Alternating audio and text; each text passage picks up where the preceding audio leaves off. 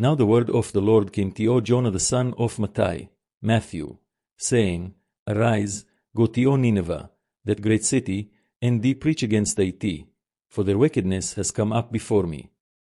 But Jonah rose to flee to Tarshish from the presence of the Lord, and went down to Joppa, and he found a ship going to Tarshish. So he paid the fare, and went on board to go with them to Tarshish to flee from the presence of the Lord. But the Lord sent out a great wind into the sea, and there was a mighty tempest in the sea, so that the ship was in danger of being broken. Then the mariners were afraid, and cried every man to his God, and they threw the wares that were in the ship into the sea to lighten it. But Jonah had gone down into the inner hold of the ship, and he lay and was fast asleep. So the captain came to him, and said to him, Why are you sleeping? Arise, call upon your God, perhaps God will deliver you us, that we perish not. And they said every one to his fellow, Come, let us cast lots, that we may know for whose cause this evil has come upon us. So they cast lots, and the lot fell upon Jonah. Then they said to him, Tell us for what cause this evil has come upon us. What is your occupation? And from what place do you come? What is your country? And of what people are you? And Jonah said to them, I am a Hebrew, and I worship the Lord the God of heaven, who has made the sea and the dry land. Then the men were exceedingly afraid, and said to him, What have you done? For the men knew that he had fled from the presence of the Lord. And when he had told them everything, then they said to him, What shall we do to you, that the sea may be calm for us? For behold, the sea continues to be more tempestuous against us. Jonah said to them, Take me up and cast me into the sea, so that the sea may be calm to you, for I know that for my sake this great tempest is upon you. Nevertheless, the men rowed hard to bring the ship back to the land, but they could not, for the sea became more tempestuous again. S.T.U.S. Jonah said to them, Take me up and cast me into the sea, so that the sea may be calm to you, for I know that for my sake this great tempest is upon you. Nevertheless, the men rowed hard to bring the ship back to the land, but they could not, for the sea became more tempestuous against them. Therefore they cried to the Lord, and said, We beseech thee, O Lord, let us not perish for this man's life, and lay not upon us innocent blood, for thou art the Lord, and hast done as it pleased thee. So they took up Jonah, and cast him forth into the sea, and the sea ceased from its raging. And the men were greatly terrified from the presence of the Lord, and they offered sacrifices of righteousness to the Lord, and made vows. Now the Lord had prepared a great fish, and it swallowed up Jonah. And Jonah was in the belly of the fish 3 days and 3 nights. Then Jonah prayed before the Lord his God from the belly of the fish, saying, I cried to the Lord in my distress, and he answered me. Out of the depths of Sheol cried I, and thou heardest my voice. For thou hadst cast me into the deep, in the midst of the sea, and the flood compassed me about. All thy billows and thy waves have passed over me. Then I said, I am cast afar out of thy sight, yet now I will see again thy holy temple. The waters engulfed me, even to the soul. The depth closed me round about, and my head lay at the bottom of the sea. Shesh. I went down to the bottoms of the mountains. The earth shut up its bars against me forever.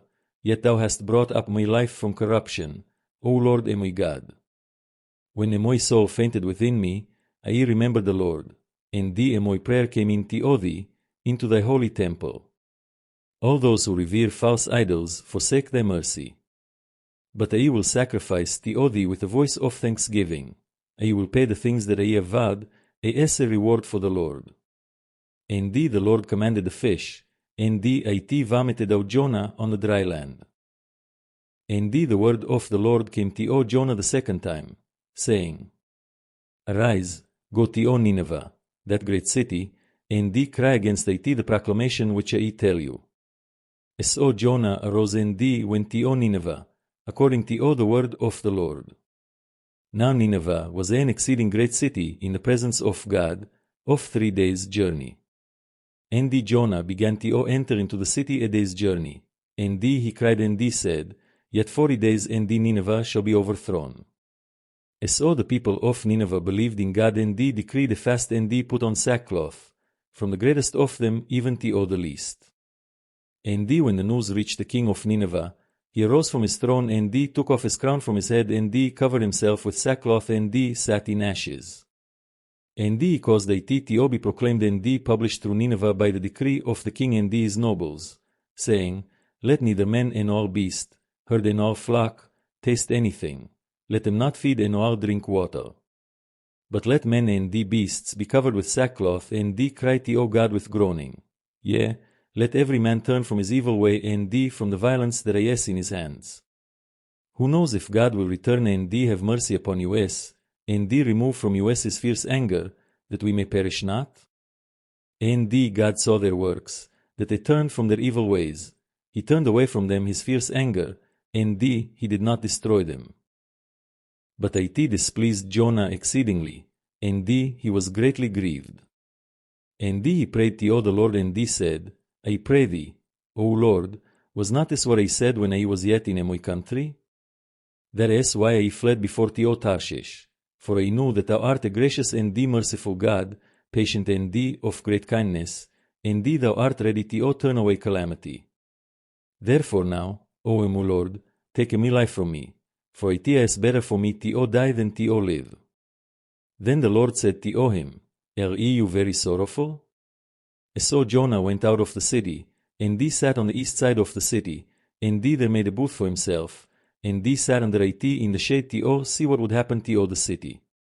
And the Lord God commanded a tender shoot of gourd to spring up, and it sprang up and came over Jonah, and became a shade over his head, and comforted him of his grief. So Jonah was exceedingly glad because of the gourd. But the next day it done, God commanded a worm, and it smote the gourd so that it withered. And it came to pass when the sun arose, the Lord God commanded a sultry east wind, and it withered the gourd, and the sun beat upon the head of Jonah, that he was weary and wished that he might die. And said, O Lord, you see and take my life from me, for I am not better than my fathers. And the Lord God said to Jonah, Are you exceedingly grieved over the gourd? And Jonah said, I am exceedingly grieved, even unto death. Then the Lord said to him, You have had pity on the gourd for the which you did not labor, and how did you make it grow, which sprang up in a night and withered in a night. And should not I have pity upon Nineveh, that great city, in which are more than 120,000 persons that cannot discern between their right hand and their left hand, and also much cattle?